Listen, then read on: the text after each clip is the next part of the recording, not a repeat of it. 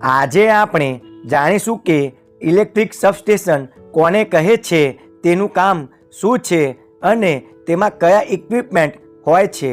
દોસ્તો, જ્યાં generating station હોય છે ત્યાં ઇલેક્ટ્રિસિટી જનરેટ થાય છે. તે 11 kV હોય છે. આ 11 kV ઇલેક્ટ્રિસિટીને સીધી આપણા શહેર કે ફેક્ટરી સુધી લાવવામાં આવતી નથી, કારણ કે જનરેટિંગ સ્ટેશન સિટીથી બહુ જ દૂર હોય છે.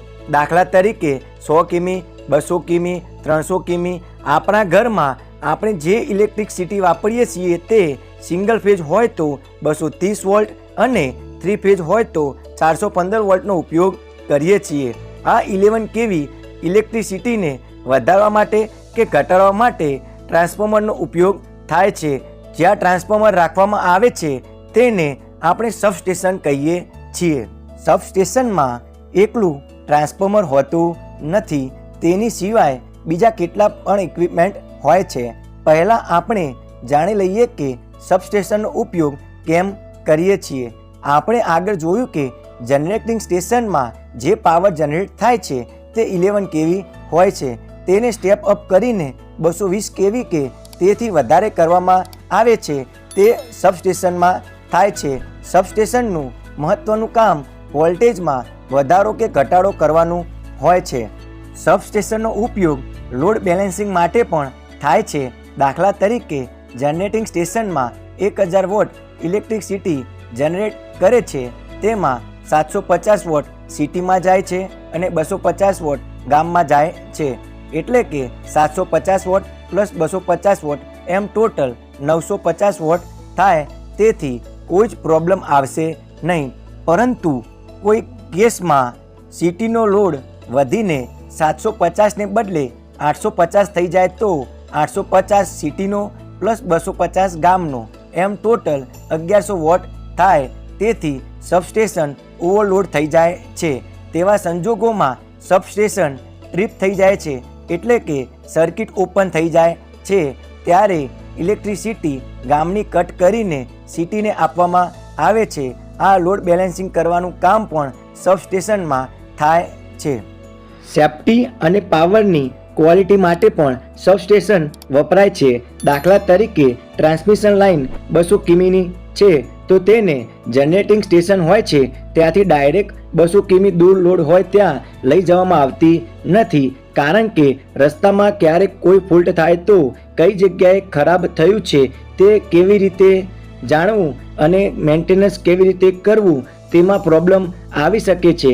તેથી તેવું ન થાય તે માટે વચ્ચે રસ્તામાં સબસ્ટેશન બનાવવામાં આવે છે. અને આટલી બધી લાંબી ટ્રાન્સમિશન લાઇનનો પાવર ફેક્ટર પણ ઓછો થઈ જાય છે. તેને વધારવા માટે સબસ્ટેશનમાં કેપેસિટર બેંકનો ઉપયોગ થાય છે, જેથી પાવરની ક્વોલિટી જળવાઈ રહે. કેપેસિટર બેંક લોડ નજીકનું સબસ્ટેશન હોય છે ત્યાં લગાવેલું હોય છે. હવે આપણે સબસ્ટેશનમાં કયા ઇક્વિપમેન્ટ હોય છે અને તેનું કામ શું હોય છે તે જાણીએ. સબસ્ટેશનમાં ટ્રાન્સફોર્મર મેઇન ઇક્વિપમેન્ટ હોય છે, જે વોલ્ટેજમાં વધારો કે ઘટાડો કરવા માટે ઉપયોગ થાય છે. બાકીના ઇક્વિપમેન્ટ ટ્રાન્સફોર્મરની સેફ્ટી માટે લગાવવામાં આવે છે. જો સ્ટેપ અપ સબસ્ટેશન હોય તો તે 11 kVમાંથી 220 kV કે તેથી વધારેમાં સ્ટેપ અપ કરે છે. પરંતુ જો સ્ટેપ ડાઉન સબસ્ટેશન હશે તો વોલ્ટેજમાં ઘટાડો કરશે. 132 kVમાંથી 33 kVમાં સ્ટેપ ડાઉન કરશે. બીજું ઇક્વિપમેન્ટ છે લાઇટિંગ અરેસ્ટર. લાઇટિંગ અરેસ્ટર ટ્રાન્સફોર્મરની બંને બાજુમાં લગાવેલું હોય છે. તેનું કામ જો આકાશમાંથી વીજળી પડે છે તો ટ્રાન્સમિશન લાઇનમાં વોલ્ટેજ એકદમ વધી જશે અને વોલ્ટેજ વધી જવાથી ટ્રાન્સફોર્મર ખરાબ થઈ શકે છે.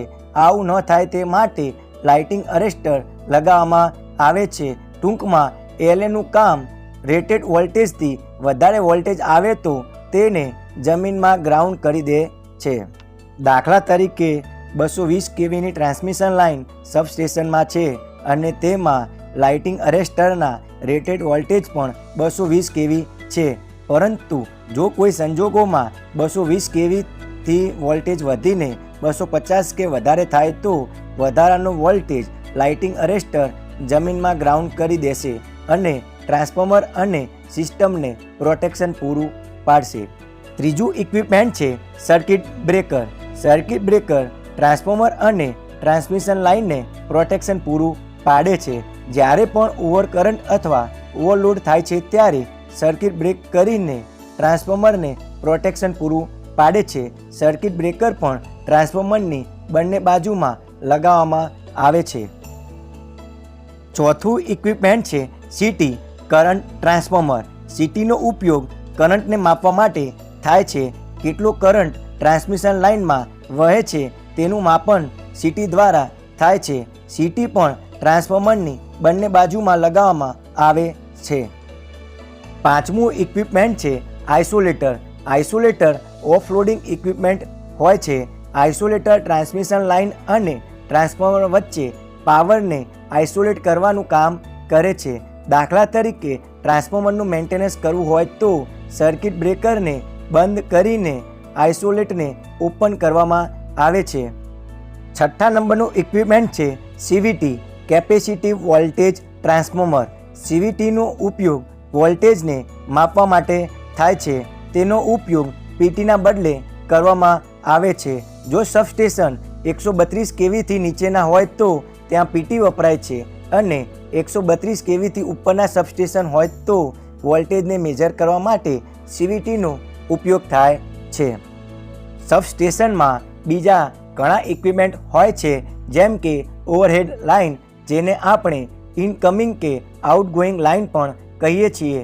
આ ટ્રાન્સમિશન લાઇન પર ગ્રાઉન્ડ વાયર પણ હોય છે.